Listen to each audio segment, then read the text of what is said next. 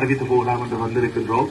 நத்தார் ஏன் கொண்டாடப்படுகிறது என்றால், நத்தார் கொண்டாடப்படுவதற்கான காரணம், கடவுள் மனிதனாக இந்த பூமியிலே பிறந்தார்.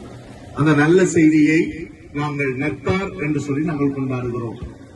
எந்த கடவுள் பூமியிலே மனிதனாக பிறந்தார் என்று நீங்கள் பார்த்தீர்களானால், ஆண்டவராகிய கர்த்தராகிய இயேசு கிறிஸ்து இந்த பூமியிலே மனிதனாக பிறந்ததை நாங்கள் நத்தார் பண்டிகையாக கொண்டாடுகிறோம். இயேசு ஏன் பூமியிலே பிறந்தார் என்று சொல்லி உங்களுக்கு ஒரு கேள்வி உண்டானால், இயேசு பூமியிலே பிறந்ததற்கான நோக்கம் மதத்தை உருவாக்குவதற்கு அல்ல, சமயத்தை உருவாக்குவதற்கு அல்ல. இயேசுவுக்கும் மதத்திற்கும் எந்த சம்பந்தமும் இல்லை. உங்களில் யாராவது இயேசுவுக்கும் மதத்துக்கும் சம்பந்தம் இருக்கிறது என்று நீங்கள் சொன்னால், நான் உங்களுக்கு சொல்லுவேன், இயேசுவுக்கும் மதத்துக்கும் சம்பந்தம் இல்லை. ஏனென்றால் இயேசு பிறக்கும் பொழுது அறிவிக்கப்பட்டது இயேசு உலக ரட்சகர் என்று. அவர் எதற்காக பிறந்தார் இந்த பூமியிலே என்று சொல்லி அறிவிக்கப்பட்டது என்றால், தம்முடைய ஜனங்கள், உலக ஜனங்களினுடைய பாவத்தை போக்கும் ஒரு கடவுளாக அவர் இந்த பூமியிலே பிறந்தார். இயேசுவை நீங்கள் ஏற்றுக்கொள்ளும் பொழுது, இயேசுவை நீங்கள் நம்பும் பொழுது, இயேசுவை உங்களுடைய வாழ்க்கையில் நீங்கள் விசுவாசிக்கும் பொழுது, நீங்கள் என்ன செய்கிறீர்கள் என்றால், நீங்கள் சரியான வழியிலே உங்களுடைய வாழ்க்கையிலே சிலவேளை தவறான பழக்க வழக்கங்கள், பாவ பழக்க வழக்கங்கள் உங்களுக்கு இருக்கலாம். இந்த விடயங்களிலே இருந்து இயேசு உங்களுக்கு விடுதலை கொடுக்கிறவர்.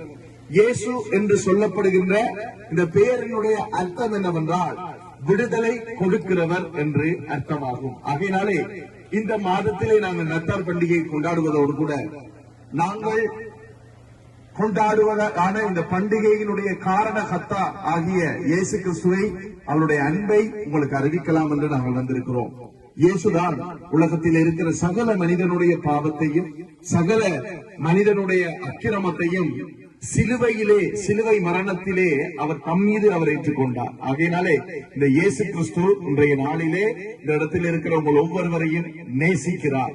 இந்த வேளையிலே உங்களுக்காக நாங்கள் பிரார்த்தனை செய்ய, ஜெபம் பண்ண விரும்புகிறோம். ஆகையினாலே நாங்கள் ஜெபிக்கும் பொழுது உங்களுக்கு விருப்பமானால் நீங்கள் கண்களை மூடிக்கொள்ள முடியும். அன்பான ஆண்டவரே, இந்த அருமையான இந்த மாலை பொழுதுக்காய் நன்றி செலுத்துகிறோம்.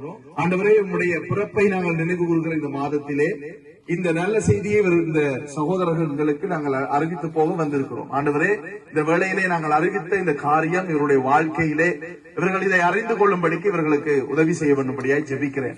ஆண்டவரே, இவருடைய எதிர்கால வாழ்க்கை, வருகின்ற புதிய வருடத்திலே அவர்கள் எடுத்துக் கொள்ள இருக்கின்ற தீர்மானங்கள், முடிவுகள், அவர்களுடைய